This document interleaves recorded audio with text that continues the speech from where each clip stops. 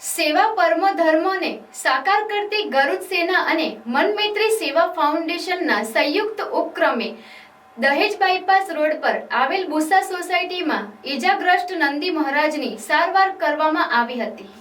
ભરૂચની બુસા society B54 ખાતે મકાન આગળ રોડ ઉપર બેઠેલા એક નંદી મહારાજના પગમાં ઈજાઓ થઈ હતી, જેની જાણ થતાં નંદી મહારાજની સેવા માટે ગરુડ સેના કાર્યકર અને મનમૈત્રી સેવા ફાઉન્ડેશનના ડૉક્ટર નીરવ દોડી આવ્યા હતા અને નંદી મહારાજને તાત્કાલિક સારવાર આપવામાં આવી હતી અને તેમની હાલતમાં સુધારો લાવવા માટે જરૂરી તમામ પગલાં લેવામાં આવ્યા હતા। આ પ્રસંગે ગરુડ સેના દ્વારા જણાવવામાં આવ્યું કે આવી કોઈ પણ પ્રકારની ગૌ સેવા, પશુ સેવા કે ઇમરજન્સી નિવારણ માટે તમે અમારો સંપર્ક કરી શકો છો। ગરુડ સેના હંમેશા સેવા માટે તૈયાર છે। સેવા અને સંવેદનશીલતાનું શ્રેષ્ઠ ઉદાહરણ આપતા આ યુવાનોના કામને વિસ્તૃત સ્તરે પ્રશંસા મળતી જોવા મળી રહી છે।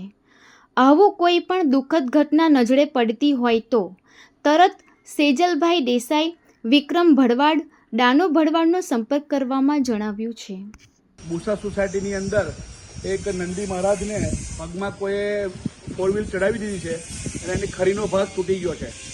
સવારથી અમને આજે એક માહિતી મળેલી ને લાઈવ લોકેશન આપવામાં આવ્યું હતું, તેના ભાગરૂપે આજે અમે લોકો આવ્યા છે। એની પોતાની સારવાર કરી છે। અત્યારે એમાં તમે જોઈ શકો છો કે મનમૈત્રી સેવા ફાઉન્ડેશનમાંથી ડૉક્ટર નીરવભાઈ એ પોતે બી આવ્યા છે અને સેવામાં એમણે પોતે બી ભાગ ભજવો છે।